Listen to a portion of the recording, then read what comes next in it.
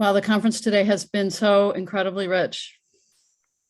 I mean, every day is rich, but wow, I don't know. The session with Shiloh and Ben and Lacey was just so incredible. And Gretchen's talk just now, I don't know.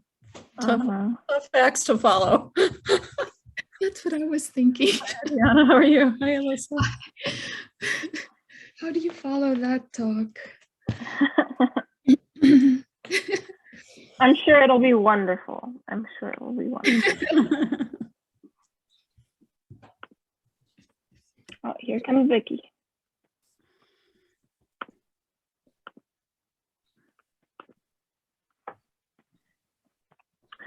But yes, that last session, the plenary session, was insane. Insanely good. Yeah. Terrific. Hello, everyone. It's good to see you all. Hey, Vicki. It seems I have co-host powers. Oh, yeah. It's probably the order in which we log on. So, Adriana, you might receive some requests for folks to join the session. That's fine. And I'm happy to let people in as well. So the way it works is I make the presenters and the chat moderators co-hosts. Oh, great. Okay. So you can present your slides yourself if you want to, or like show your papers, and we don't have to send them to other people if you don't need to. Hi, Betsy. You've got a nice backdrop behind you with the Woolf conference icon logo. Looks great.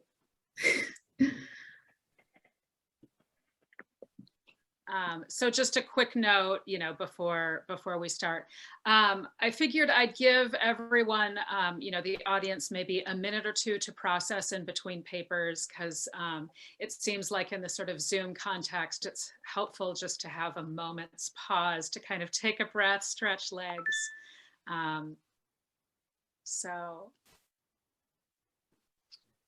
I'm going to give folks just a few minutes to come in.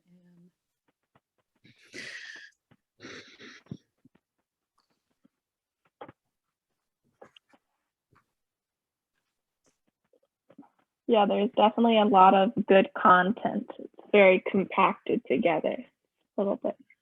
Your brain's working really hard today.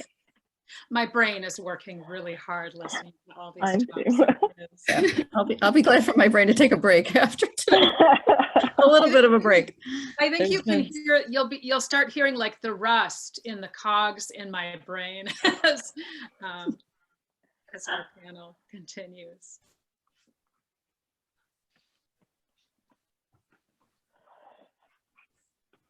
People can't get too tired because Davi and Maria and I have ours next. I know. And you must be excited for that, please. We are. That's right. Of course. We got a little break between. There you go. I just went and did circuits around my house and garden, trying to inhale enough fresh air to. Yeah, that's important. I took a walk this morning too. So. Wake me up. Yeah. Where I am, it's over 100 degrees. So doing circles would not be where are you? I'm in Henderson, Nevada. Oh, I read that they were having this incredible heat wave out west. I heard that. Gosh. It's a beautiful 70 here in upstate New York. I mean, oh please. Yeah, I mean, it's pretty delightful at the moment. You're wearing something that looks like a sweater. I had a cashmere sweater on yesterday. It was so cold. It's not cashmere today, but yeah. Well, it was in the 90s for a week around graduation. So, that's not typical weather for upstate New York, right, Vicki? I don't know about New Paltz, but it was sweltering during commencement. Man, we were just like sweating buckets during commencement. No, we had kind of a heat wave, like a hot, humid wave, but it sort of cooled off a little bit. And then it cooled off. We've had some rain last couple of days. Yeah, it's nice. Yeah, it was nice. depends. Yeah, usually June is pretty temperate. Right now in Houston, it's in the oatmeal stage where it's like 95 and 100% humidity. So it's like walking through oatmeal everywhere you go. It's a But- great description. Yikes. That's Yeah. a very descriptive. That's very descriptive. I could really feel what that is. Yikes.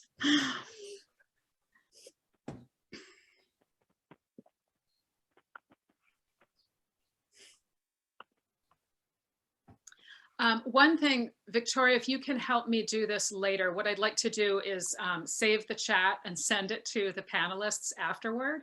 But my campus uses a different interface, a different platform. We use WebEx, which is like, you know, the poor woman's Zoom.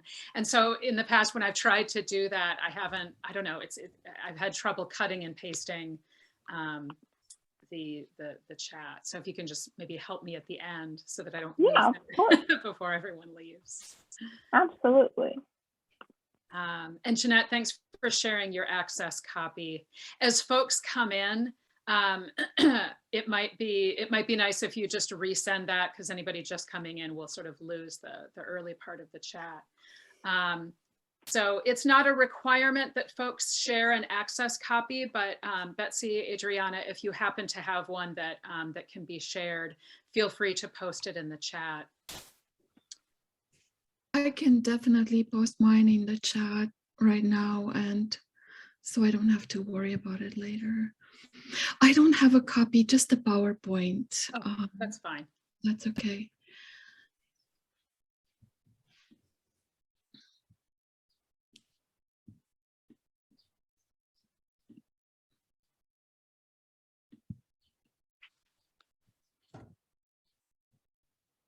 Since the title of our panel today is Feminist Spaces, I'm just appreciating all of the different spaces that I'm seeing, people's bookshelves or backdrops, or, you know, lovely images behind you.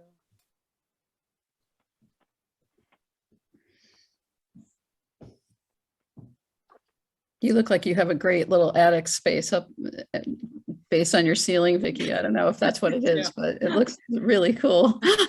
I do think of it a little bit like the brain of the house, and sometimes I just hope that by moving upstairs, sometimes that'll sort of help Nice. inspire more mental energy.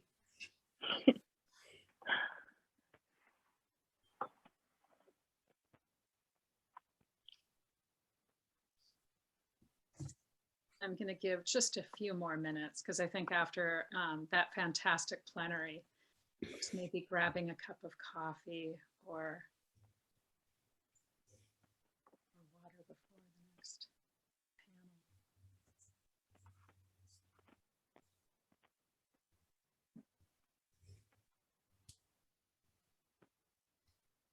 panel. I want to put my feet up. No one will see what happens below, you know. That's You should feel true. free to do that, Shiloh. Yeah. It's big for a while. It is nice to like kick off shoes, kick off socks. I mean, especially if it's, you know, in your case, Victoria, like oatmeal around you with the heat and the humidity. Yes. It's nice to be able to wear shorts with a nice shirt and, you know, just go with that.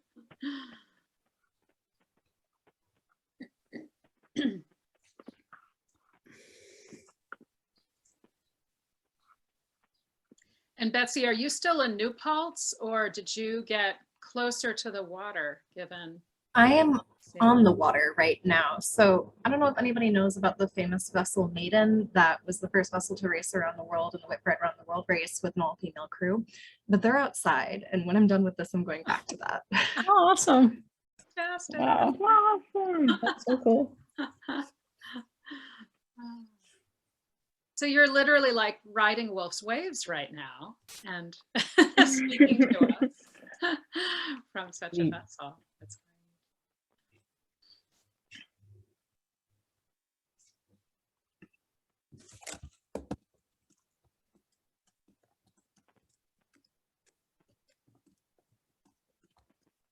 So I think I can kick things off and get us started. Oh, I see just a few more people coming in. So welcome everyone to Feminist Spaces. Thank you for joining us this afternoon. I'm going to begin by sharing the brief introductions of our panelists, and we'll sort of proceed in speaker order.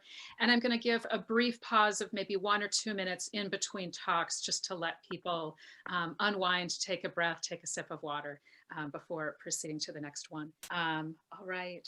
So to begin, Jeanette Mcvicker is professor of English at the State University of New York at Fredonia, where she has also coordinated interdisciplinary programs in women's and gender studies and journalism. She has contributed variously to Woolf Studies, most recently with an essay on Woolf Studies Annual from 2022.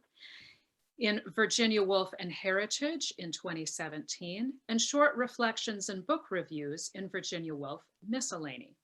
With Laura Davis, she co-edited the 7th and 8th volumes of selected papers from the annual conference on Virginia Woolf.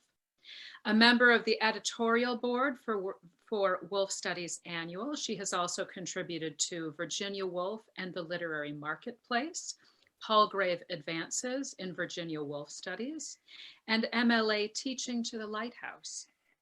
In addition to Woolf Modernism Studies, Mcvicker's work has appeared in Boundary 2, Post-Colonial Studies, and Philosophy Today. And the title of her talk is Woolfian Ethics and Heterotopias. Next, Betsy O'Toole received her BA in English with honors from SUNY New Paltz, and she wrote a fantastic honors thesis on Virginia Woolf and her female literary legatees. She is currently pursuing her master's degree at New Paltz. She aspires to become a teacher and share her love of books, and at the moment she teaches children sailing, and she's actually talking to us today from a boat.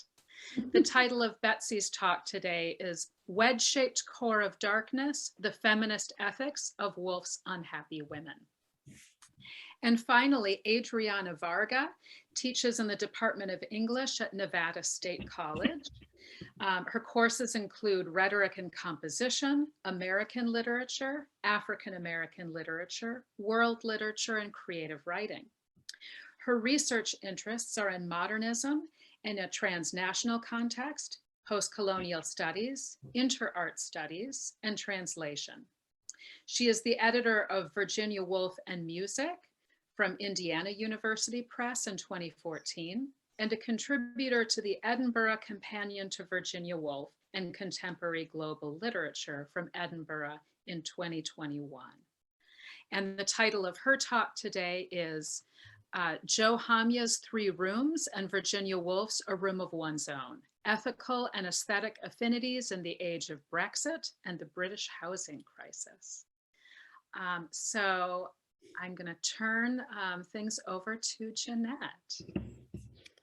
Okay, I'm trying to share my screen. Is that working?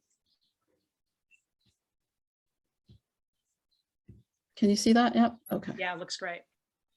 Now if I can just get rid of this so that I can see.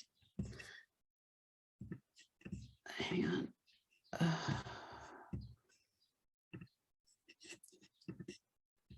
I'm trying to move the Zoom thing so I can hit slideshow.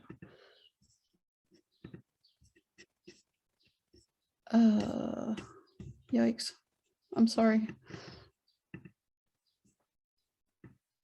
Ah, okay. I couldn't get the pictures moved to, to do the slides. Okay. All right. Thank you, everybody. I'd like to express my thanks to Amy Smith and the conference committee, as well as to our chair and chat moderator, and to my fellow panelists, and to everybody joining us today. Thanks so much for being here. This paper is seeking to offer an extended meditation on what I've elsewhere called Woolf's heterotopic aesthetic, a method or a way of seeing and acting spurred by loss, mourning, or crisis that retrieves some aspect of the past in the present moment in such a way that offers the possibility of social transformation. This aesthetic anticipates a vital conversation among contemporary feminist theorists around the spatial politics addressed by heterotopia and alternately inclination to articulate an ethics of being with. This contemporary conversation shares affinities with the public-private negotiations that Anna Snaith has detailed in her work, with the idea of interruption, as Helen Southworth has articulated it, and offers another way of engaging with Woolf's innovative uses of free and direct discourse, which Snaith, Melba Cuddy-Keene, and Pamela Cahy, among others, have insightfully discussed. Addressing Woolf's pioneering work of the 1930s, my essay posits Woolf's heterotopic aesthetic as a crucial component of her ethics of nonviolence. And as this paper is part of a longer work in progress, I'm looking forward to hearing your thoughts on whether this idea contributes constructively to our reading of Woolf. Heterotopia, a striking term loosely defined by Foucault in the mid-1960s, is an alternative temporal spatial site that occurs within real space-time. Foucault's examples range from mirrors, cemeteries, libraries, museums, and ships, to asylums, prisons, and refugee camps. Heterotopias are sites generally activated by some sense of exclusion, difference, or crisis, and are contrasted with utopias, smooth, ordered spaces that don't actually exist in reality. Miglena Nikolchina, in her most recent book on the velvet revolutions of the 80s and 90s, draws on Foucault's contrast to articulate how reality and unreality connected in that fraught political moment. In the sketchy and incomplete yet highly suggestive essay, she writes, Foucault draws a distinction between utopia and heterotopia in terms of enactment. Heterotopias are sites where all the other sites can be found within the culture, simultaneously represented, contested, and inverted.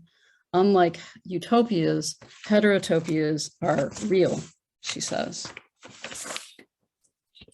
In her most recent writing, Bonnie Honig suggests that heterotopias are fugitive spaces where dissenters or minoritized peoples learn what they want, practice how to be otherwise, and reimagine what the world might be, end quote. I've attempted to utilize Foucault's resonant concept, most recently in that WSA article that's coming out now, to think through the myriad ways in which Woolf's work is suffused by a spatial temporal politics of mourning.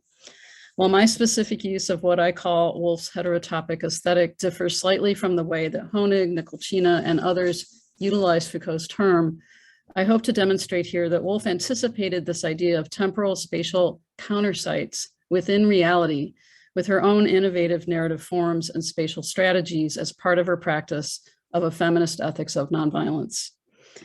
Here's an example of how I see Woolf drawing on a heterotopic aesthetic. In the 1917 scene in The Years, Eleanor Pargeter confronts her mortality in both a general as well as immediate sense. On her way to Maggie and Rennie's flat for dinner on a frigid November night, she experiences the dislocation of a frozen over London landscape, a pervasive darkness made more ominous by the absence of streetlights due to the blackout, and an omnibus full of, quote, silent passengers looking cadaverous in the blue light, end quote. The dinner party, consisting of Maggie, Rennie, Eleanor's cousin Sarah, and her friend Nicholas, a Polish national, is forced after a few minutes by air raid sirens into the cellar with its, quote, crypt-like ceiling and stone walls that give it a damp ecclesiastical look, end quote. While in the cellar, they experience bombs dropping in Hampstead, the Embankment, and right in their Westminster neighborhood. As the intensity of the bombing recedes, they anxiously toast to the new world in an effort to reclaim their festive feeling. Following the all clear, Eleanor returns upstairs, finding herself momentarily alone. Upon returning to the drawing room, a feeling of great calm possessed her, and you can read that quote in its entirety. What I'm going to concentrate on is this idea that she felt, and she hesitates for a word, right? Immune, right? As if another space of time had been issued to her, but robbed by the presence of death of something personal, she felt immune.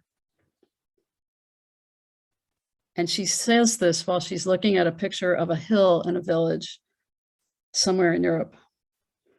This brief seemingly unremarkable moment offers multiple heterotopias, which momentarily cast Eleanor into another space of time as she looks at a picture without seeing it. It was a picture of a hill and a village, perhaps in the south of France, perhaps in Italy. There were olive trees and white roofs grouped against a hillside. Immune, she repeated, looking at the picture. 4 times the narrator uses the word immune to describe in free and direct discourse, with the emphasis on the word immune, defined by the online etymological dictionary as exempt from public service, untaxed, or unburdened, right? Prior to its more commonplace usage in medical discourse, Woolf opens the possibility in this section for a different ethics of public and private space, of being with. How does she achieve this? Eleanor is a major character in the novel, a woman in her 70s who has learned to live independently and alone in the modern world. On the one hand, she represents a Victorian spinster as her niece Peggy continues to see her. On the other hand, Eleanor is participating in the reordering of the social world during this momentous time. Before the 1917 scene concludes, Eleanor will decide that she likes Nicholas, whom she has just met, who has a special friendship with her cousin Sarah, even after learning that he is a homosexual. She wants to continue the interesting conversation that ebbs and flows among the dinner conversations, including Nicholas's radical ideas regarding the soul and observing Maggie and Rennie's less conventional marriage and their lack of servants. I suggest that this heterotopic scene of experiencing wartime London among people who are letting go of conventional relationships to forge a different social reality prompts Eleanor to reject the utopian space offered by the idyllic picture, finding her own sense of great calm that offers new understandings of relationality based around decidedly feminist principles of acceptance of difference. In Honig's resonant phrasing, Eleanor, quote, practices how to be otherwise and reimagines what the world might be. My intention here is to see this as Woolf's way of reframing the past in a specific present moment of crisis, shifting the temporal trajectory of social relations in order to create the possibility for alternative ways of being with to take place. These heterotopic moments happen at the level of the sentence as well as in various descriptive passages. And I'm gonna skip over this quote. You can read it though, you probably know it well from Anna's book. The passage from the Years offers a rich example of Woolf's use of this narrative strategy of free and direct discourse, challenging conventional narration and its expected way of understanding character in relation to time, space, and history. I believe this is also important to the way that a heterotopic aesthetic informs Woolf's enactment of nonviolence. In another important theorizing of Woolf's focus on the narrative sentence, Adriana Cavallero's recent invocation of Woolf's deconstruction of the shadow across the page, the eye that dominates Mr. A's masterpiece in A Room of One's Own, forms part of her pioneering work on inclination, a critique of Western rectitude and reason, or verticality, and their foundation in patriarchal violence. Put simply, she writes, Woolf's passage offers philosophy an explicit critical perspective on the prevaricating geometry of the eye, which is finally nailed against the vertical axis of its arrogant posture. While Cavallero limits her discussion of Woolf to a room here, there are many moments across Woolf's texts in which attention to inclination can provide a useful critical framework for analysis. And there are some important parallels between inclination and heterotopias in the ways that they seek to recast the spatial logic of Western institutionalized discourse and politics. Verticality is also the foundation for a fascist logic and names another way of considering what Woolf is critiquing in Three Guineas, the other major text of the 1930s. The critical heterotopia of this text, perhaps the most important in Woolf's work, would of course be the outsider society. Bringing these crucial contemporary feminist theoretical frames together offers yet another way to appreciate Woolf's brilliant concept, as well as how she anticipates these contemporary perspectives. By contributing a guinea to the treasurer soliciting her opinion on how to prevent war, Woolf's narrator leaves the patriarchal institutional structure, or to use Cavallero's term, verticality, in place, yet her gesture nevertheless signals that some kind of shift is afoot in the fact that the male treasurer is soliciting the opinion of, perhaps even inclining toward, the daughter of an educated man, a remarkable occasion, as the narrator notes early on in the essay. As Honig puts it in her own response to Caballero's thinking, quote, "We need to risk partnership with the risks of agonistic engagement with each other and with verticality itself even, that could risk inclinations undoing," end quote. Woolf's narrator leaves the verticality of this anti-war society in place, recognizing that it cannot resolve the violence of centuries-old patriarchal logic. The gift of the 2 additional guineas offered to the women treasurers on behalf of the societies to improve women's education and women entering the professions further extends this disruptive shift by linking together women's access to an education that won't simply mimic that of their brothers and to the professions which will be altered by the presence of women's thinking and perspective.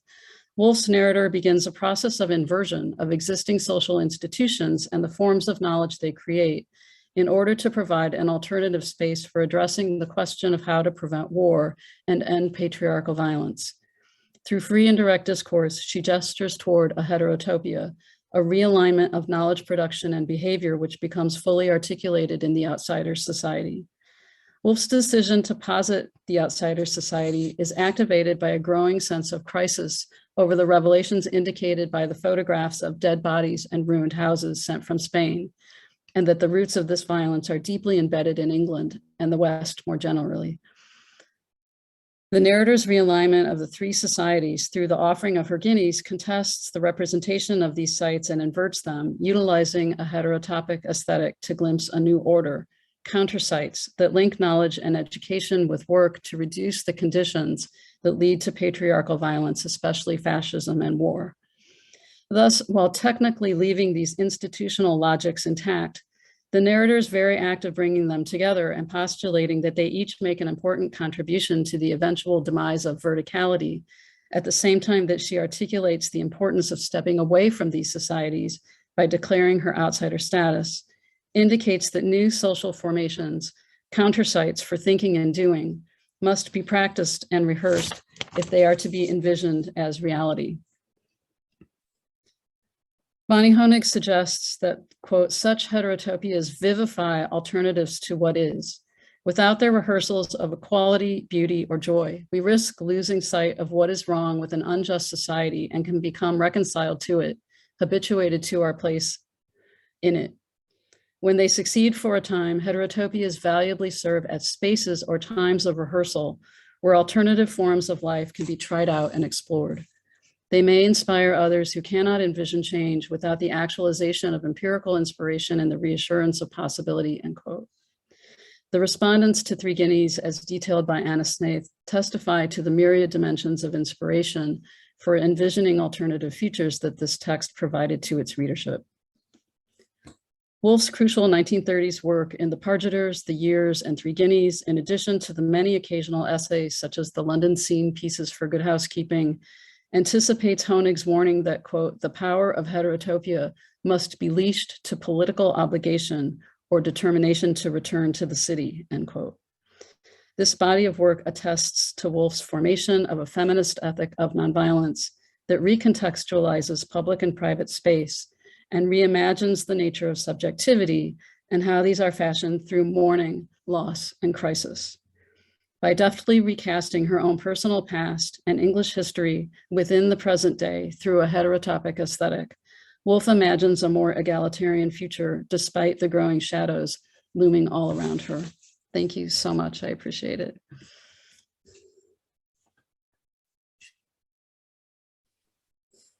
Thank you so much, Jeanette. My mind is like bursting with all kinds of connections here. So let's take a minute or 2 just to collect our thoughts.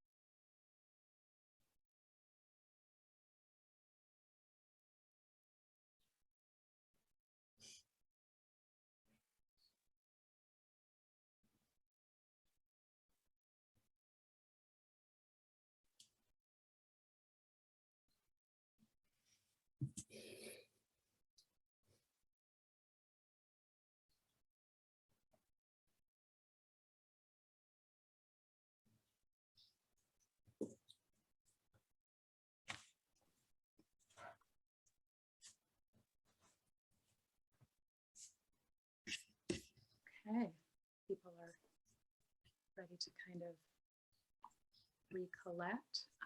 Betsy, I'll turn the floor over to you. Thank you, and that was an excellent presentation. I can share this. Do people see my screen? Yes. Awesome, Yeah, thank that looks you. great. Wedge-Shaped Cone of Darkness, the feminist ethics of Woolf's unhappy women. In moments of solitude, these Victorian mothers realize that they are not satisfied with their lives. Sarah Ahmed says that we are all on a path, which is a way we as a society measure progress. For a life to count as a good life, it must then take on the direction promised as a social good, which means imagining one's futurality in terms of reaching certain points along a life course. These points involve marriage and reproduction. By forcing this progress on children, it can make them feel like their choices have been taken and that they are trapped. To follow the path of life, marriage, reproduction, is to feel that what is before you is a kind of solemn progress, as if you are living somebody else's life, simply going the same way others are going. It is as if you have left the point of life behind you, as if your life is going through motions that were already in motion before you even arrived. Ahmed dated feminists. This is true for many of Woolf's mothers. They have done what they were supposed to do, but they are not satisfied. Quote, when you are living a life that is meant to be happy, but just isn't, which is meant to be full, but feels empty, it is difficult to give up an idea of one's life when one lives a life according to that idea. Quote, you've disappointed your own expectations. Disappointment can involve an anxious narrative of self-doubt. This turns them into an affect alien, or someone who feels out of place because the right happy objects do not bring them happiness, or they do not feel happy about objects which are, or they feel happy about objects which are seen as wrong or inappropriate. It can be rebellious not to be made happy by by what should make you happy. This becoming aware can produce intense sadness. To become conscious of a possibility involves mourning the loss of other possibilities. In Virginia Woolf's To the Lighthouse, Mrs. Ramsay is championed as the ideal woman, a successful mother in her life, but in her abrupt death, she fails her family. Savo, 37. Her duties include entertaining and ensuring everyone's comfort. She panders to her husband's guests, her horde of children, and even the neighbors of the lighthouse. Mrs. Ramsay sees her role in the context of supporting others, not her personal success. She feels bound to protect the whole of the other sex, to guard and support her children, and even her husband, if he insisted upon her support. Mrs. Ramsay enjoys being defined by motherhood because it makes her feel needed. She would have liked always to have had a baby. She does not like to realize that her two youngest children, Cam and James, are growing up. James takes an active role steering the boat at the end to show that he can make adult decisions and is growing up. Cam is a leader who makes her desires known, for example, the boar's head, and later her desire to go to the lighthouse and read on the boat. One day, Mrs. Ramsay's children will no longer need her, and she will cease to matter. Henderson. Mrs. Ramsay makes matches for her children and all the people that come to her house attracted by her husband's moderate success. Mrs. Ramsay dies, having never had any professional success, yet is content in her husband's shadow. She would, quote, not like even for a second to feel finer than her husband. What's worse is that she encourages her children to follow suit. Her only purpose is to worry and meddle. When Mrs. Ramsay takes a moment for herself, in the quote that you can read, but you probably know, for now, she needs to talk about nobody. She could be herself by herself. She has this intense sadness that she realizes that she isn't happy. She's knitting. She's doing what she thinks a good mother ought to do, but contemplating all of the choices that have led her to this moment. This contemplation leads her to realize that she has regrets. Mrs. Ramsay experiences peace in disappearing into her role, but she is disappearing. In this moment, Mrs. Ramsay connects her life with the idea of her life. The woman who influences so many others' lives deep down is a pessimist. At the end, she says, it seems to her in her own eyes, meeting her own eyes, searching as if she alone could search into her mind and her heart, purifying out of existence that lie, any lie. In the words of Sarah Ahmed, what's the use?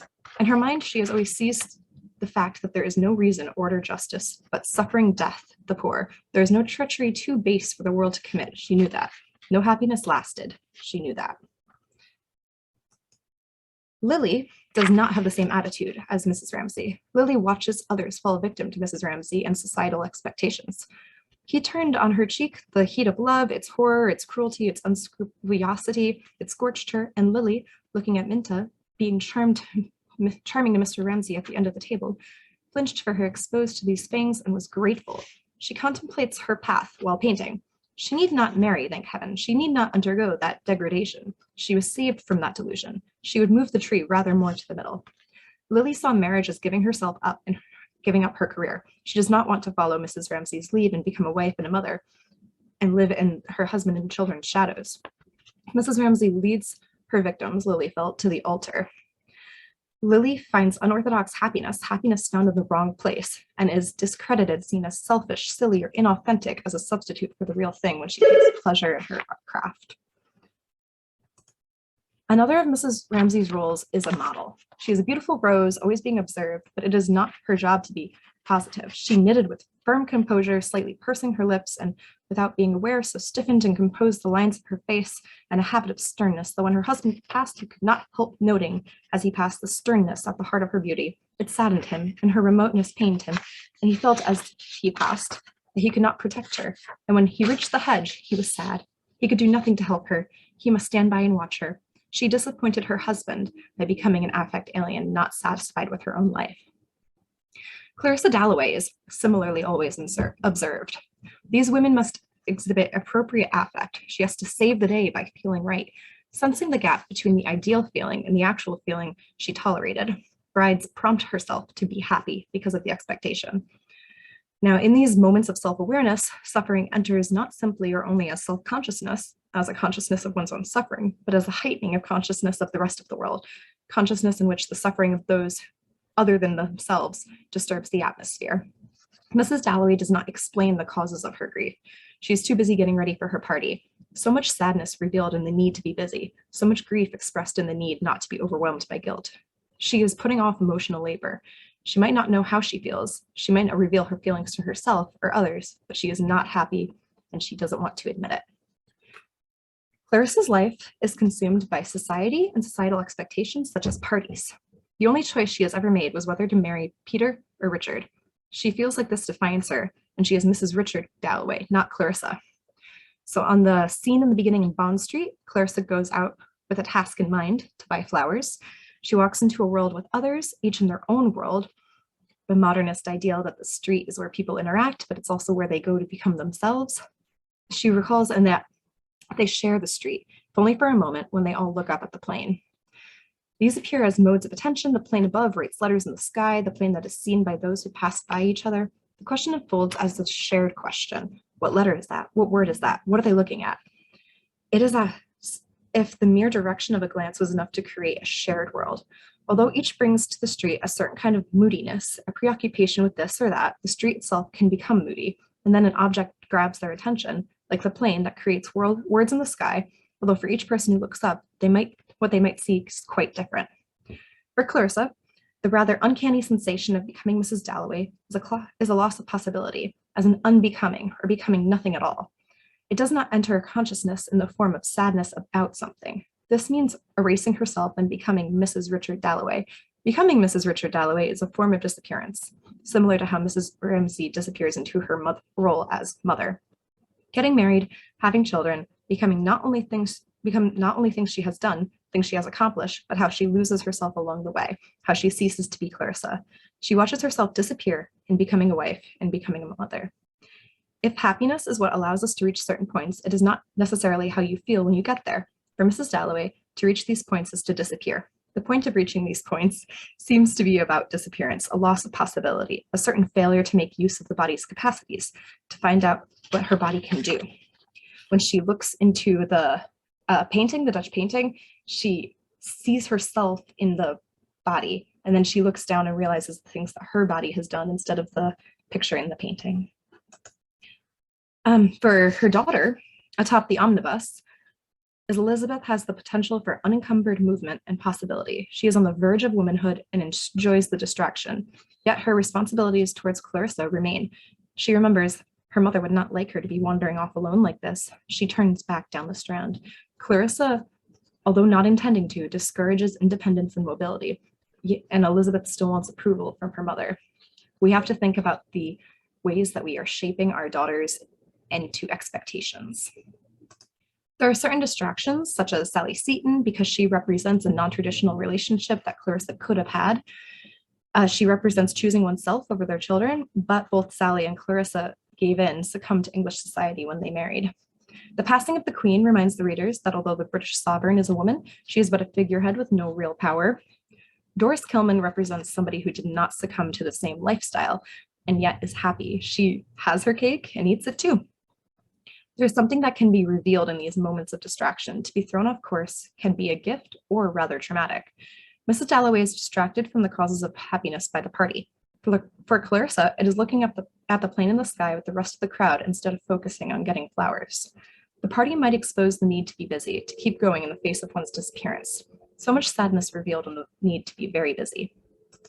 In Night and Day, Mrs. Hilbery has a terrible feminist inheritance to pass on.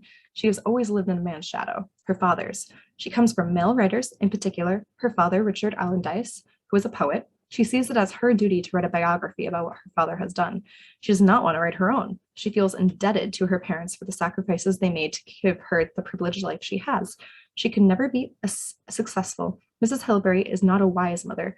She is still trying to make up for her shortcomings, being born both female and having born a daughter. Although mothers are supposed to guide their daughters into the future of wifehood and childbearing, Mrs. Hilbery's obsession with the past prevents Catherine from living in the moment or focusing on the future. What Mrs. Hilbery has inherited is sadness. Sadness can be an inheritance, a feminist inheritance, according to Sarah Ahmed, and there are generations of expectations that are carried with it. Woolf says that when Mrs. Hilbery is watching Catherine talk with Mr. Denham, it brings her joy because she expects the traditional marriage plot for her daughter, and it does not occur to her that Catherine may suffer in its confines. Catherine does not care for legacy, and it doesn't matter whether or not the biography gets written. Catherine likes math, she does not want to marry, and this is a problem for her mother because this is the only way that her mother can see for her to be happy. The biography is as much Mrs. Hilbery's child as Catherine is. It is as much about her as it is about her father. Catherine's cousin Cyril is the black sheep of the family. He has 2 children, but is not married to their mother. He represents the modern couple. Rodney and Cassandra represent the Victorian marriage plot that Woolf despised. Mary Datchet, the suffragette, represents neither coupling, but somebody who knows what they want in their life. Catherine's intention to live with Ralph Denham without marrying disappoints her mother because of the failure to fulfill one's path, marriage, child rearing, and it means that she is unable to achieve happiness. Mrs. Hilbery does not realize that marriage and child rearing did not bring her happiness and is not the only path to happiness. Rachel Cusk finds similar moments in other novels. Doris Lessing enlarges in one of these themes in her story To Room 19, where conveniently, if not happily married mother of 4 begins to experience the desire to have her own room. The desire is a kind of plague. She doesn't know why she wants the room or what she would use it for, but she has to have it. She does feel a strong urge to free herself from the impactation of other people. This is the only explanation she can offer, and she wants to be where no one can get to her, where she isn't being observed. In Kate Chopin's The Awakening, we similarly have a mother who realizes that even though she has done everything right, she isn't happy. In Chekhov's play, 3 Sisters, 3 women suffer not only from the confinement and tedium of provincial life, but something antithetical in their relationship to reality. As children, they did not recognize gender as destiny and limitations, but now all their hopes for accomplishment, for becoming, have transferred themselves to their brother. The sisters ponder marriage, love, motherhood, paid work, and yet find no answer to any of them. It isn't just female powerlessness that causes the difficulty, it is something more, a force that bears a special hostility to the actual.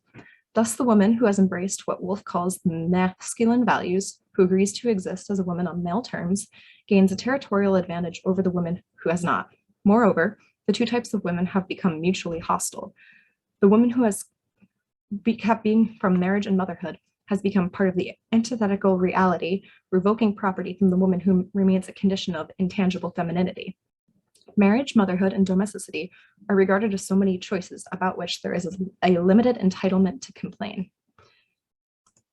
Since Virginia Woolf wrote and placed Victorian mothers against their children, what have we taught our daughters differently, and what are their expectations for when they grow up? What can we do so that they are not acting as a part and can become themselves? Thank you very much.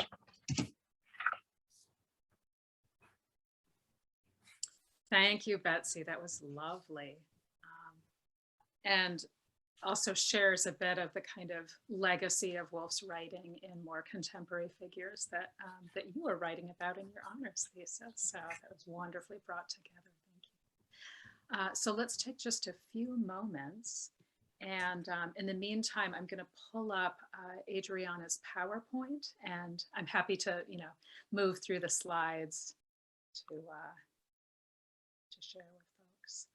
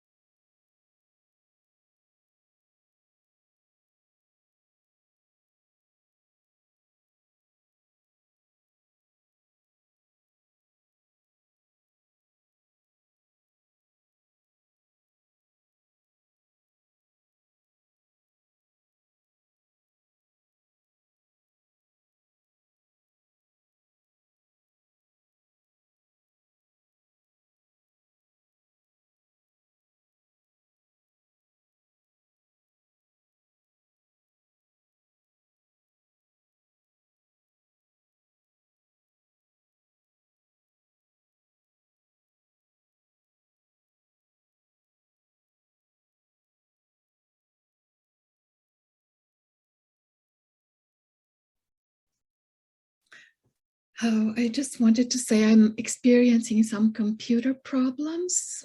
For some reason, my laptop isn't charging. And I've logged in with another, my older laptop. But that one doesn't do PowerPoint well. It crashes all the time. So what I'll do, Adriana, is I will share screen and I'll pull up your PowerPoint. And then hopefully as folks are looking at my screen, I'm going to try to make sure that your image is hovering above so that we get to see both your face and your PowerPoint. So let me. Okay, great.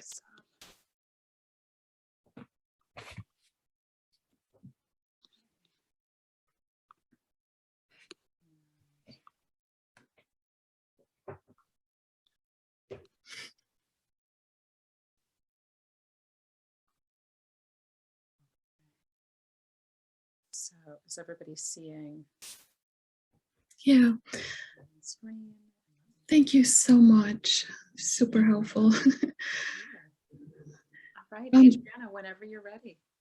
Yeah, I also dropped my PowerPoint in chat if anybody wants to look at it there. So first, I want to acknowledge that my institution, the campus of Nevada State College, is built upon the sacred ancestral land of the Southern Paiute and the Chemehuevi people.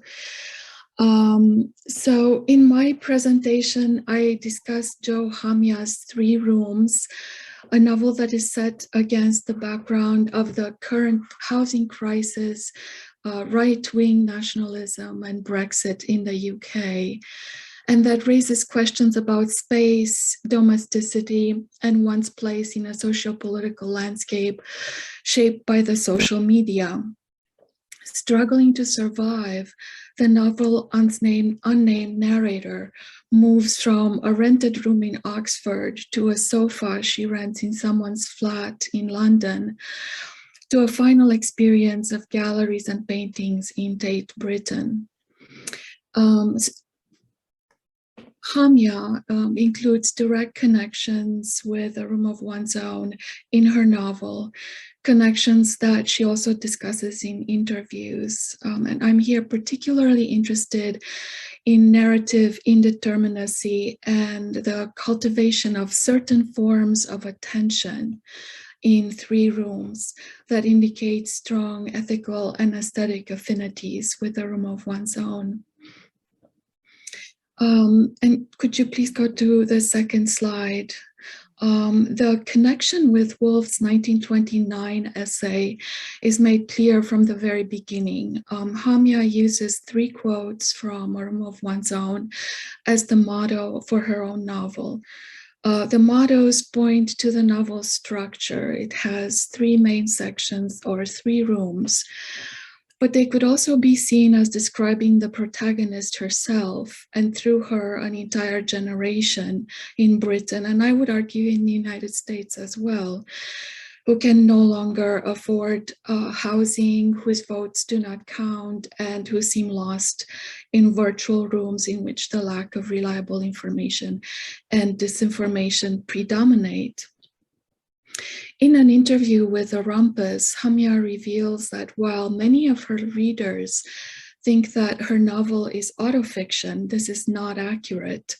She sets the record straight, explaining that while there are autobiographical elements in her novel, the main character does not tell the author's story, but she is rather a composite of the worst tweets I could find. That was a quote from the interview.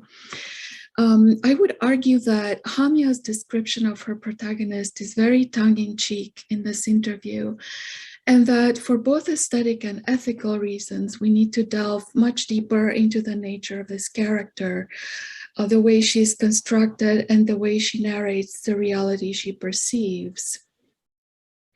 To begin with, the aesthetic, what the narrator presents us with is not a traditional plot, but descriptions of the narrator's experiences. The very first sentence of the novel, for example, is not a description of the house the protagonist moves into. It's a description of the protagonist's experience of that house. Next slide, please. So the very first sentence, my first experience of the house was shuttling boxes through the front door. And then the protagonist, oh, and I should read the second sentence. The place stood still, and in the process of moving in, I kept leaving it. The protagonist moves into a rented room in an Oxford house that she describes as Victorian Gothic, a house in which, as a blue front plaque attests, Walter and Clara Pater had lived between 1869 and 1885. And I have a picture of that house in just a moment. Yet as she moves in and out of the house, shuttling her boxes to the front door, there is also a kind of mind-body estrangement, or perhaps a profound self-awareness in the character's perspective that is worthy of Woolf's writing. The second paragraph continues, I wanted to lend rhythm to this, establish a pattern and pace to the lunge of my back with kitchenware and books in the front garden, hot air. And I won't read the whole paragraph, but you can see how she talks about taking her body out, bringing boxes in, my body out, and then this separation of experience and the body becomes exhausting. So I let myself separate. So it's very interesting to think of how the narrator describes her experience of the body in relation to the spaces she takes her body in and out of. This work is all about spaces and inhabiting spaces, spaces with bodies in them and empty spaces, not so much about physical spaces as about seen or imagined spaces, as well as about spaces experienced virtually. The paragraph that follows is an entrancing description of the once grand Victorian house inhabited by Walter and Clara Pater. And next slide, please. And that has now become a repository for Oxford postdoctoral research assistants, furnished with IKEA furniture. And I love this picture because it shows both the little blue plaque and also a student bike right under it. Yet this cultural past represents a slap in the face for the protagonist, just as much as being chased off the turf and denied entrance to the library represented for Virginia Woolf in a room of one's own. Next slide, please. The blue plaque commemorating the Paters is no longer the symbol of an illustrious past. It has become an obscene rejection of the protagonist. So what the house tells her is in fact F you, as you can see at the end of that quote. So instead of launching into possible discussions of a famous Spatarian dictum, or even a very relevant discussion of, for example, the conclusion of Pater's Renaissance, in which the great art critic discusses the whirlpool of the in-world world of thought and feeling and the dissipation of all the objects and spaces of the mind under the influence of reflection, instead of launching into a discussion of this work with which scholars like Barry Maisel have shown that Woolf was familiar with and inherited from her father's library. So I'm going to try to finish my run-on sentence once again. Instead of launching into such a discussion, Hamya has her protagonist reply flippantly to a colleague who asks her if she's read anything about this Pater chap. And I quote, but yes, I had, and added that his sister was impressive too.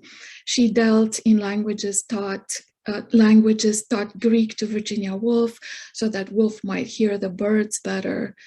The colleague, a history postdoctoral student who admits having read neither Pater nor Woolf, misunderstands the protagonist's words and asks to be told sometime later about Greek birds and the Paters. So one could say that while Jo Hamya is in a playful aesthetic conversation with both modernist form and content, this conversation becomes deadly serious when she moves into the ethical realm. While the Pater House offers room to postdoctoral Oxford research assistants, its sounds are the sounds of TVs and radios broadcasting, next slide please, broadcasting a language of rooms. There are, of course, the Houses of Commons and of Lords, and it seems to me that even the highest echelons of power existed by virtue of their quarters. Perhaps what the rampant racism, anti-immigration policy, and classism came down to was an arbitrarily powerful group of people wanting to preserve a world in which could birth them into secure rooms, give them dorm rooms in Eton and Oxford, chambers in Westminster, then a pension and a country house to retire in. End of quote. So after failing at a job as a copy editing temp at a society magazine in London, and realizing that even with an average full-time salary, she could never be able to have a flat of her own, the protagonist resigns herself to the humiliation of living with her parents somewhere in the countryside. The issue has become not simply that of a woman needing a room of her own and £500 a year to be able to write, but that of discovering that subsistence itself is no longer possible, as owning a room of one's own, a home of one's own, is no longer possible. Jo Hamya, like Woolf, wants to demolish the very walls of the system that provides a higher education. The grand irony is not lost to the protagonist that she is paying close to £10,000 to rent a room, I quote, in a place responsible for spawning the government that daily diminished my ability to afford a mortgage or the cost of rent. End of quote. However, as the destruction of this system with its physical as well as virtual walls and rooms is not possible, what follows is the division, perhaps the atomization of the self into a multitude of virtual spaces out of which it cannot recover. The experience of the Bergsonian durée or of the Woolfian moment of being, which is often synesthetic and in which the moment and free will are experienced intuitively and creatively, both as unity and as multiplicity. This experience loses ground in Jo Hamya's novel. Early in the novel, the narrator also quotes a famous passage in which Woolf asserts that Oxbridge is an invention.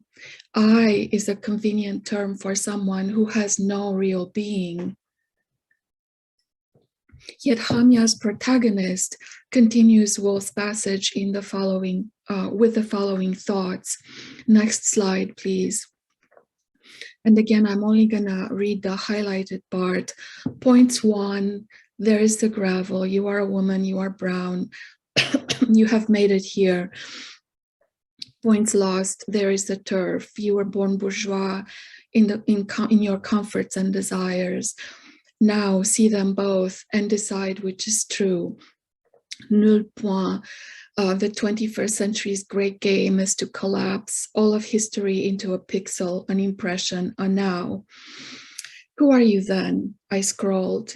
You are brown and bourgeois, and the internet does not believe you exist. You believe in equal opportunity and the welfare state. You believe in home ownership and a competitive CV.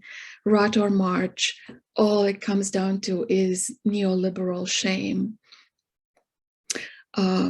You know, in no small way, the privilege of a place can depend on the absence of the wrong body as much as the presence of the right one. It is not impossible to shift the relationship between tradition and what is strange. So the question of tradition also comes up, and belonging or not belonging to tradition. Clearly, the game is rigged. What Hamya brings to it, and where I think a room of one's own does not offer a lot of support, is the question of race. From this perspective, there is a gulf, perhaps irreconcilable differences between writers of color as Hamya and white, often upper middle class authors like Woolf.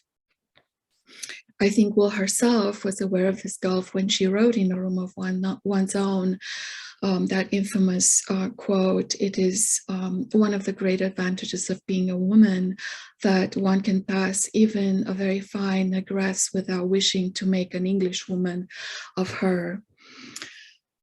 In this sense, Hamya also departs from earlier, more optimistic responses to Woolf and the internet, seen, for example, and the next slide, please. Seen, for example, in an article such as Some Cyberspace of Her Own Escapes from the Dark, Horrible, Sucking Trail of a Lost Voice, published in 2001, or a much more recent article, The Great Novel of the Internet, was published in 1925. Almost 100 years ago, Mrs. Dalloway anticipated the anxiety of seeing and being seen.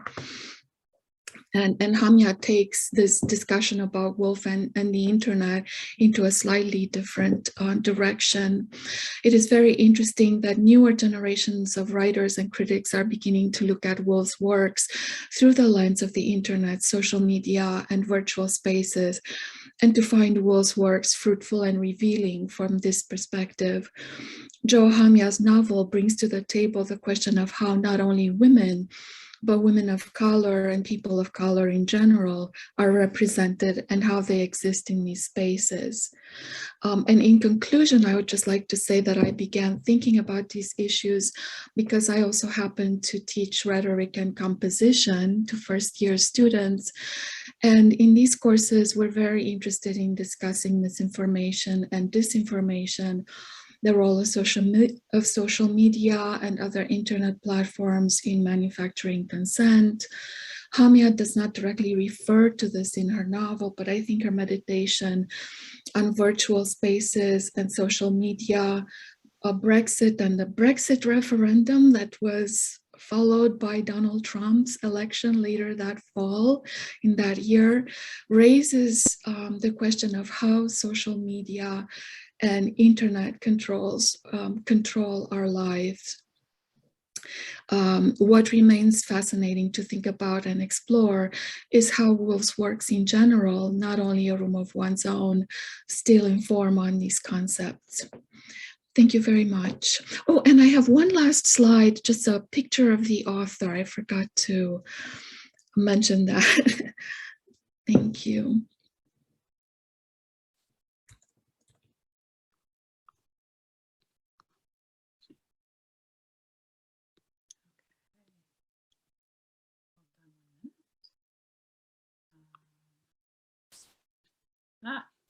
Trying to stop sharing. Let me see if I can find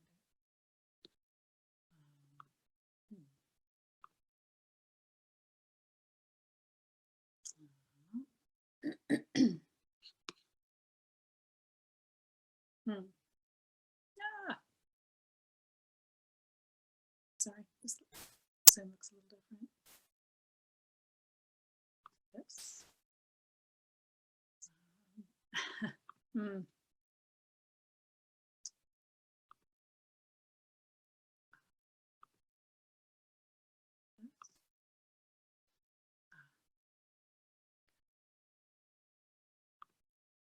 There we go. Okay. Thank you so much, Vicki. Sorry, I could not find the stop share. Thank you. That was a beautiful paper, Adriana. That was fantastic. Thank you. So we can take maybe just a minute or two to kind of collect thoughts, stretch legs, and then we'll open up the Q&A. Beautifully solved, Vicki.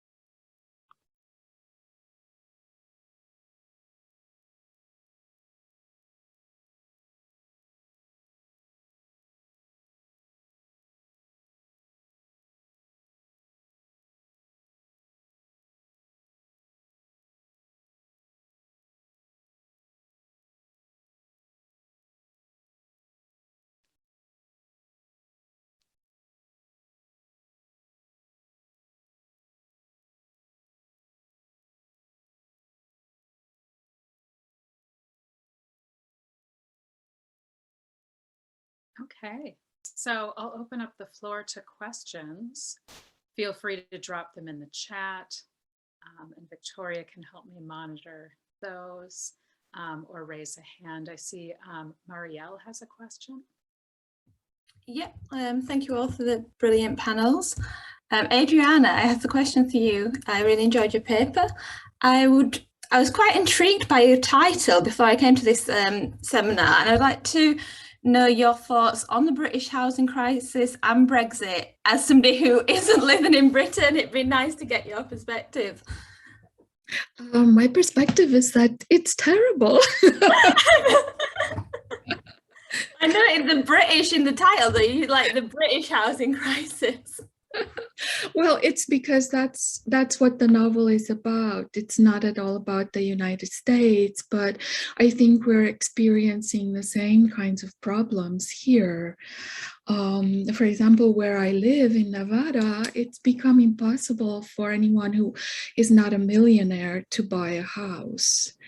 And you know, that's exactly what she talks about in her novel. The protagonist, who has degrees from Oxford, can only find temporary jobs as a copy editor, and no matter how much she's saving, she's never able to afford even to rent a flat in London. You know, not aware of the political reasons that are causing this in England. And maybe you want to talk more about that and tell us more about that, because I'm sure you're a lot more informed on that than I am. I know a lot about why it's happening in the United States. And, you know, Brexit is another topic that's really interesting to me, especially the referendum on Brexit is really interesting. I was actually in London in 2016, and, you know, it sounded like everyone, because everyone in London was so much against Brexit. But as we have learned, the Cambridge Analytica, which also helped Trump come to power, had a lot to do with turning a very small percentage of votes for Brexit during that referendum. And so to me, that's very interesting in terms of misinformation, disinformation, social media controlling people's information and selling it and using it for political purposes. So that's about how much I can say.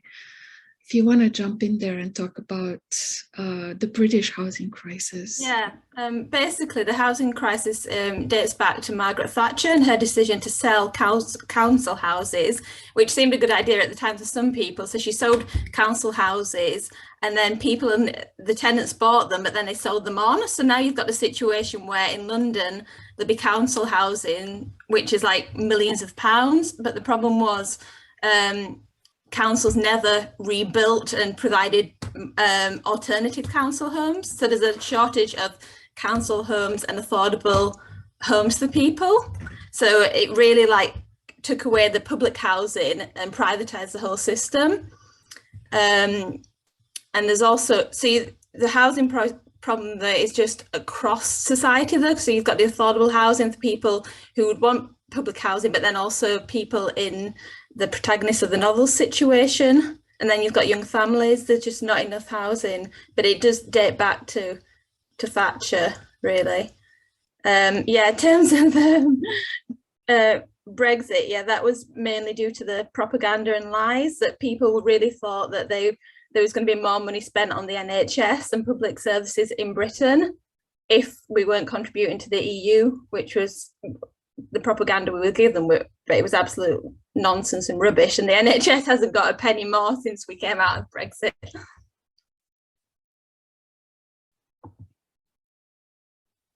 Shiloh.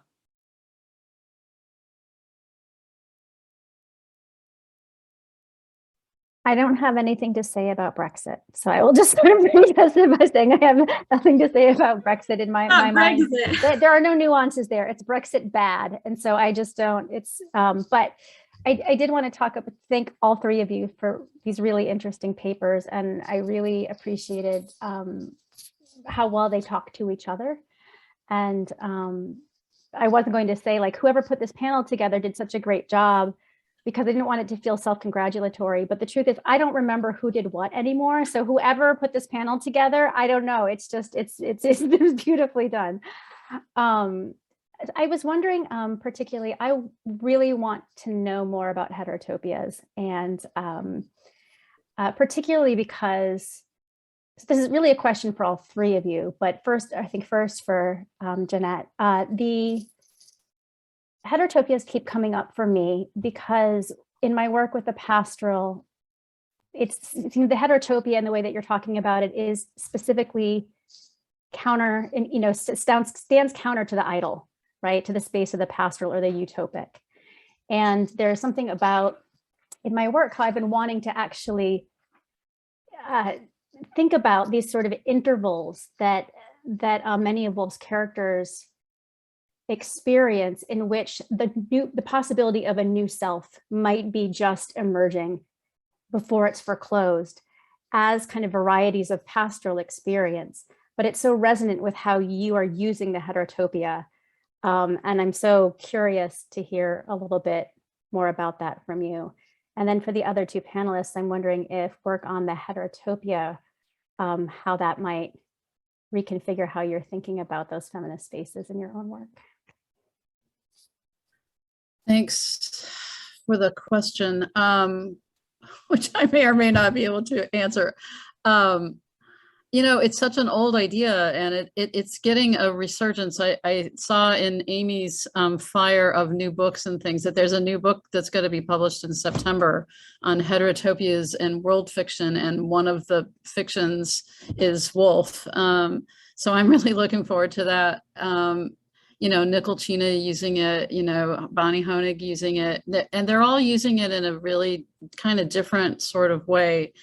What I'm trying to do is to link this up, which is not Foucault at all, with mourning, right? Is to use what the self goes through in mourning as this activation of space in a way that can potentially, not inevitably, but potentially lead to a different way of seeing, and thus a different way of engaging with the social, right? And with, you know, in this idea of relationality. So I'm trying to put that specific sort of twist on it that's not part of what Foucault or others that I've seen do, but it does come from the sense of a, quote, crisis, or people who have been marginalized in some kind of way, right? Socially ostracized in some way. So I think there's something there, right? And the whole time you and Ben and Lacey were doing your amazing presentation today, I kept hearing in what you were doing with the idea of the anti-pastoral as having some kind of connection, right, with this idea. So I think there is a resonance there. You know, what Helen Southworth does with the idea of interruption, I think, again, it's the creation of the space, you know, that we've been talking about palimpsests all day in these different sessions, right? And I think that people are really coming to understand that this nonlinear, there are so many nonlinear spaces all around us at the same time. They're in the real world, but they're not, quote, real, right? And this somehow activates, there's a consciousness that activates that transformation. I guess that's what I hear as the points of connection. I'm rambling, so I'll shut up. Not at all. Not at all. That all makes perfect sense to me. Thank you. Jeanette, if I can just jump in, I'm thinking about your emphasis on, yeah. I'm thinking of your emphasis on mourning, you know, as a kind of particularly productive site for sort of thinking about being otherwise. And I'm struck by in Three Guineas, it's a kind of, okay. So thinking about in Three Guineas and positionality, that it's from a kind of envying position within the private house that enables the daughters of educated men to have kind of a sidelong glance. And she sort of describes it as a vision that is not kind of vertical, it's not straight on, it's kind of askew, it's a slant, it's diagonal.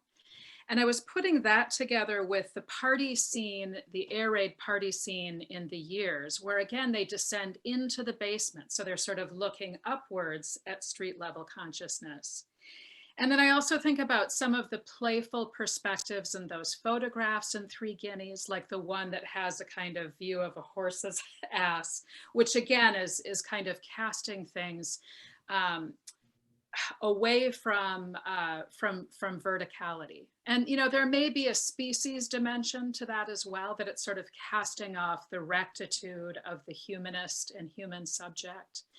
But thinking about, you know, that particular vantage is one that's productively challenging and disruptive, but it comes from a space, at least in Three Guineas, you know, I'm reading like mourning and envy, you know, sort of similarly. And maybe to draw in Betsy here, we'll see if this connection, you know, makes its way.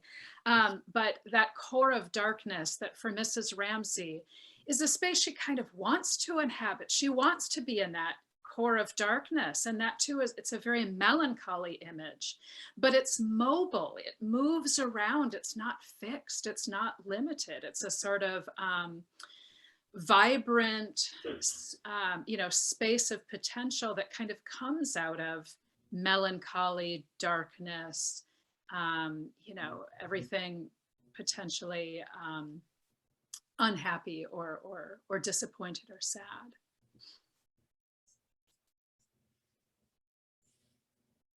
Yeah, so it is only sad because of what we have made it become. When it is the unbecoming, and then we mourn the unbecoming because of the way that we've been raised and the expectations that we have. But I don't think that this realization of where one is in one's life, this taking stock, needs to be a sad thing. It is for Mrs. Ramsey and for some of the other mothers in Woolf, but not all. I was really struck in Betsy. I was going to call you Elizabeth, but I guess you can prefer Betsy. At how, right, the idea of sadness, right, and how sadness keeps coming up in the women that you're commenting on, and how, you know, again, you know, grief may not particularly be the right word, right, but that sense that their consciousness is undergoing something emotionally distressing, right, and that somehow opens them up into this other sort of space of something, right. That wedge-shaped core of darkness is always so incredibly intriguing. I was really moved by that, by how you were trying to articulate that, especially through Ahmed's work, which is, you know, really, really smart. Thank you. Thank Professor Tromanhauser, because I took it in her class. I see Laura has her hand up. Dive in. Yes, thank you so much for this connection with Caballero and inclinations, and all the connections you drew. And on that note, and hearing especially your comment, Vicki, I thought about that scene in Mrs. Dalloway with the attic, where Clarissa goes to her attic room, which is also like, it suggests inclination and withdrawal and an oblique perspective. And the funny thing is, I had thought of that scene while hearing Betsy's talk, because I feel there's a need for a bit more nuance in this idea that Mrs. Ramsey and Mrs. Dalloway are sad or aware of some sort of failure. And this passage with the attic and Mrs. Dalloway is very interesting, precisely because it almost spells out failure. There's talk about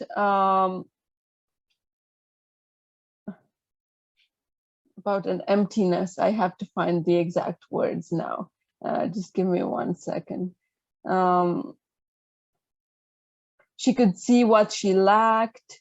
It was something central which permeated, something warm which broke up surfaces and rippled the cold contact of man and woman, or of women together. For that she could dimly perceive. So there's some sense of loss, but at the same time she speaks about, the narrator speaks about her Clarissa's sense of not being able to dispel a virginity preserved through childbirth, which clung to her like a sheet. So this to me is, at first glance, this is one of the passages that's always stuck with me, because at first glance it suggests like almost frigidity, coldness, withdrawal, right? But in the same passage, the train of thought goes on to one of Shiloh's favorite images, which is the match and the crocus and the fire. So I think the dynamics between being very sensorially and sensuously alert and enjoying one's body and being aware of it, and on the other hand, being aware that there's something fundamentally lacking, fundamentally lost, is not an opposition. Like, most of Woolf's character experience these two feelings in tandem. It's almost like they're interconnected. It's almost like they derive one from another. So I don't know, I'm just, basically all I'm trying to say is it's worth going back to that passage and reflecting on it. Yeah, just not thinking of wives and mothers who don't want to be wives and mothers as failures for that reason, right? Like I think there's something more to the density of these characters and to their experience of plenitude, even alongside emptiness.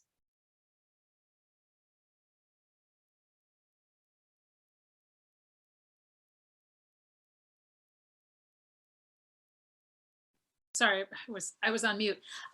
Laura, I think that's a lovely connection. And I like, you know, sort of thinking about Clarissa's alternative attic space where she's, you know, reading the Baron's memoirs in the retreat in cold spaces. Shiloh.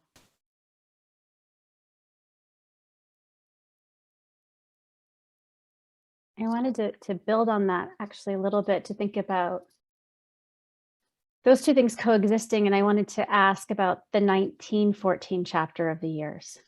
So Jan, you're talking about the 1914 one is the one where Martin goes into the park with Sally and Maggie. And, you know, he has been sort of shepherding Sally there all this way, you know, as if she were an unruly child, and it finally sort of arrives at the core of this park. And in conversation with Sally and Maggie, Martin begins to have what I would almost consider a heterotopic experience, and seems to verge on something other than who he is, right? An escape from the sort of, this is like an example of an unhappy man, the escape of this sort of patriarchal violence that is done to him in his own being, or the way he suffers from his own privilege. And yet that sort of gets interrupted, and he doesn't quite, it sort of floats away. And then he goes to Kitty's party. And then at Kitty's party, Kitty has these, I think of these as like two pastoral journeys. Kitty goes all the way out to the countryside and the country house, and then up to a hill, so she can totally be by herself, and then have her selfhood somewhat obliterated, you know, where she stops sort of becoming a wife, becoming a mother. It's like she's shedding herself as she sort of travels up to the top of that hill. And I guess I was sort of wondering about that mourning and that suffering that seems to be the precondition of the heterotopia. Is something like patriarchal violence enough to initiate that, or does that make sense? It does make sense. No, yeah. It's really provocative and I appreciate it. And I think there are all kinds of ways, things that can trigger it, and also probably things that can arrest that beginning of the consciousness to split off from the conventional, right? So, you know, I'm thinking of like monumental London, right? And how your consciousness is constantly being shored up to be a patriot, to be, right, to love England, empire, all those things, right? And especially as you're walking in public spaces like gardens and parks, or being on trains, right? Those conditions, I think, can both lead you further in if you give yourself to it, or they can arrest that sort of movement of consciousness to begin to seek those alternative understandings. So, yeah, I mean, I think you're raising a really interesting way of trying to take this idea of mourning. Mourning isn't only about, right, death necessarily, right? It can be the death of many things, right? It can be seasonal, you know, it can be winter. Like that frozen landscape at the beginning of the 1917 section, I think is really key to Eleanor's, right? And the cadaverous bodies on the bus, you know, those are preconditions for her being in that mode, right? To me. But thanks for that. I'll have to go back and look at the 1914 section, and I'll email you. Please do. Shiloh, can I just ask, is that the moment in which they enter into the park and they go to Speaker's Corner, where, you know, the disenfranchised have an opportunity to have a voice? Yes. We literally have, you know, heterogeneous voices in this potentially heterotopic space. And, you know, you hear the sort of disenfranchised rant, or, you know, attempt to air grievance. Yes, it is. It actually 100% is. And they sort of steer past they steer past them. And one of the speakers, and this is the justice and liberty, the section, and there's a woman whose voice is being drowned out by others, and she's got a frail piping voice. And so for me, this chapter is like a double pastoral journey of some sort. But I was always really compelled by what's happening with Martin in this particular moment. And because he seems to be lifted up or buoyed by, once past that, he seems to be lifted up or buoyed out by pleasure. And in the company of, he enters into this space of becoming different through Maggie, who is a mother. And I think that's interesting too. Like this figure is the way that he gets there in some ways. That's fascinating. Thank you for going so far into it. down the rabbit hole. It's easy to get there. Adriana, I have a question for you. I was thinking about, Betsy's reading of Woolf and also introducing Ahmed in and thinking about the ways in which, individual bodies pass through spaces, might alter those spaces, refuse the kinds of regulatory practices that those spaces introduce.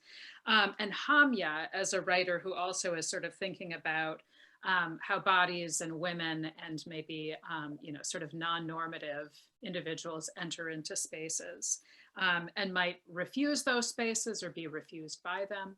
So I guess, my general question is, do you sort of see a kind of compatible question emerging from these two women writers sort of reading Woolf in our own moment from a perspective of, contemporary women of culture, and how they're kind of evoking Woolf to think differently about how bodies inhabit spaces and might redefine those spaces and the kind of structured protocols that go along with those spaces.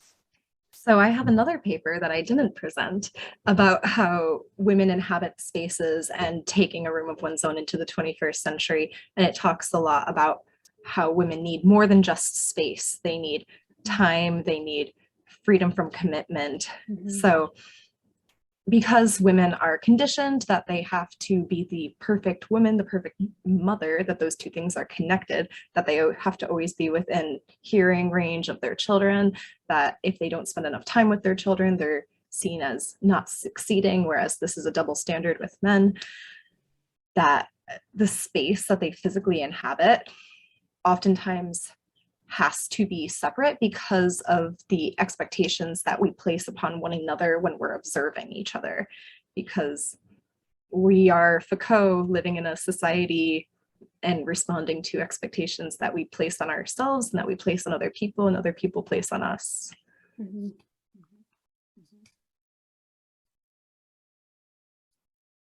Yeah, and I mean, that's a really difficult question, I think.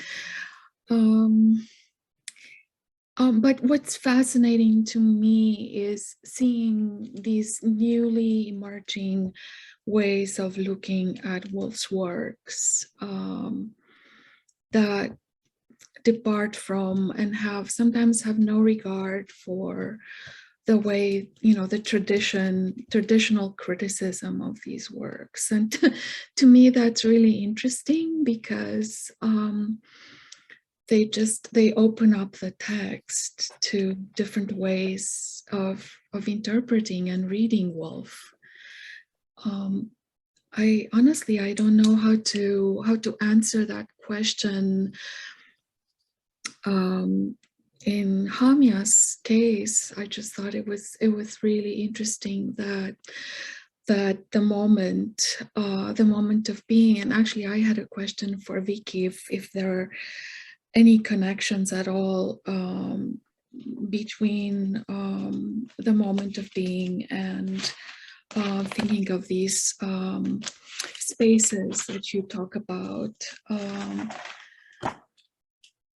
but the moment of being just doesn't happen in Hamya's novel anymore.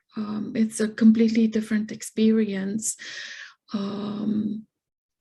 of space, and it's interesting. It's an interesting conversation she's having with the Woolfian text, and in a way, a failure of that text to help the protagonist in Hamya's novel to kind of to survive what's happening to her. Anyway, that's how I read the book. But other readers may interpret it differently. So for me, it's a very pessimistic way of looking at this loss of the moment of being, of that moment where you could be creative, where you could experience reality in a different way. That's no longer possible for various reasons, both financial and I would say also aesthetic, and definitely having to do with the ethics of the internet and of virtual spaces. I don't know if I've offered an answer to your question.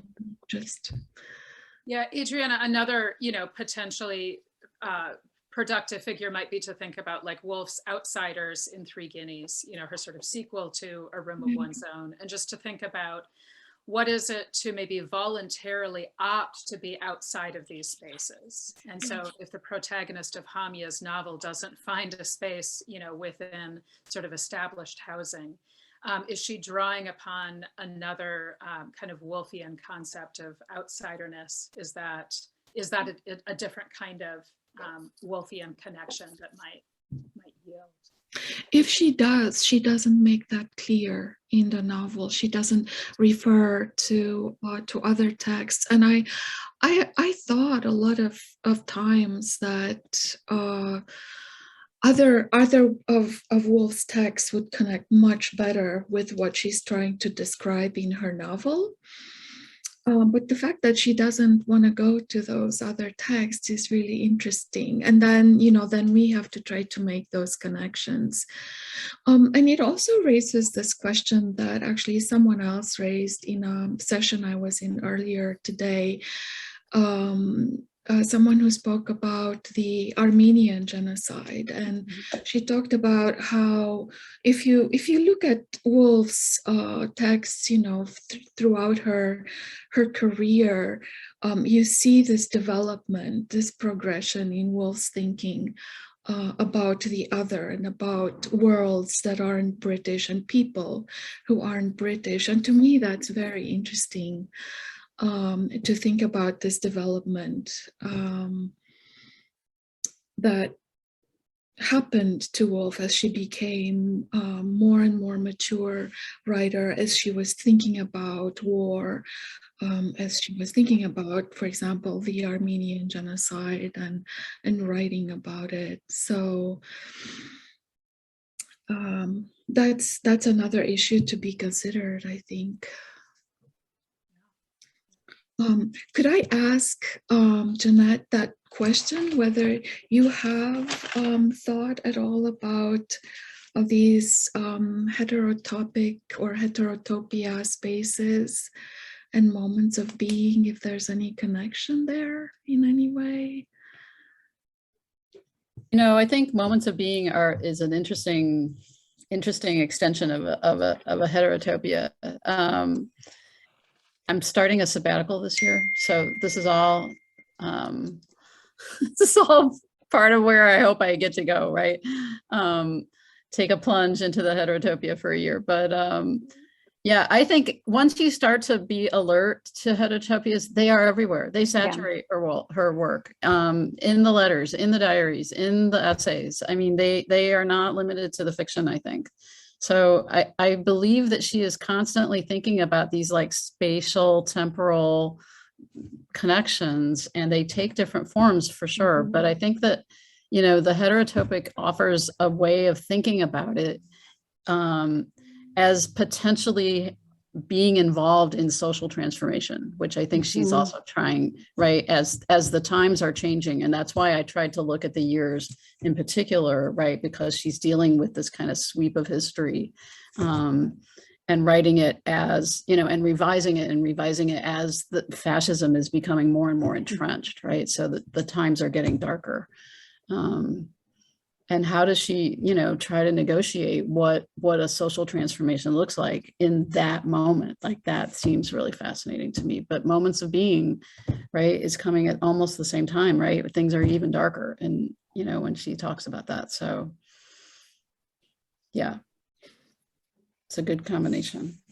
And I really like your connection with the idea of mourning, and that mourning is a kind of source for the creation of these spaces. I think that's really interesting. I'm going to say technically we are out of time, but I'm happy to hang out in this room and, you know, continue to continue the conversation. And Alyssa has a question too. So, well, yeah, I kept thinking about how, particularly early in her life, Woolf tends to construe the countryside as a heterotopia. And somehow there's Shiloh's pastoral, right? I know, of course I see it. And it's you know, it's like a place, an unreal place, or a real place outside of a reality. Reality is sort of London, and I'm just trying to recall, you know, what kind of arc there is in the degree to which the country, maybe once they buy Monk's house, ceases to be so much a heterotopia and becomes a reality for her. But in terms of the connection to the pastoral, it's certainly really clear in A Passionate Apprentice. She makes fun of the country as if it is you know, in Foucault's terms, as if it is a cruise ship, you know. We're going off. I mean, I try in the essay that's just coming out. I try to talk about that transformation of her, what I'm calling this aesthetic in her work, and using sort of landscape, right, and focusing especially on prehistory, to try to see. I agree with you totally that, you know, she doesn't have it in her 20s, right, but as she gets older, and matures, her vision matures, and her understanding of space and time and history and memory and all that stuff really changes, right? So I see this as a kind of development. Yeah, we'll see. We'll see. No, I can't wait to read. Thank you for that comment, Alyssa. I appreciate it. I'm super excited about it, Jen. I can't wait to read the article because I know that it's coming. And I will say that there is an overlap in some way, because at some point, Bakhtin writes about basically a bucolic chronotope. There's a pastoral chronotope. So there is like a space-time coordinate out of which something like leisure and adventure, or some combination of that kind of comes. Yeah. And I think that like renovation of being really relies on, as I'm just really compelled by your thinking about the space-time coordinate, and I want to read more about that, because Bakhtin doesn't really do anything with this sort of pastoral chronotope after that. And thanks for your comment in the chat, Shiloh, too, about a room of one's own. Yeah, that's, dead bodies in ruined houses, for real. Yeah. Oh. Yeah. And she returns to this at the end of her life in Between the Acts, doesn't she? With the lily pool? Well, with the idea that everything that happens there is happening in the countryside. It's happening in a village, right?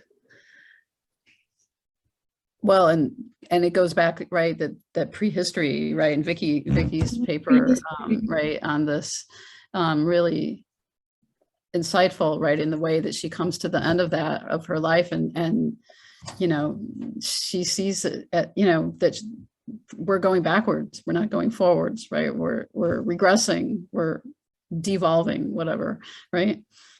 Yeah, brilliant article on London and archaeology that Vicki, that I quote pretty extensively. That's a great piece. Bless you, bless you. Thanks everybody for your comments. I know everybody should take a break, but I appreciate, and thank you to panelists. Lovely to be on a panel with the two of you. So I have to interject to say I can't save the chat because my internet Got it. Oh, awesome. Okay. So I've only got like part of the chat. Individuals can save the chat themselves. They can. Right? If you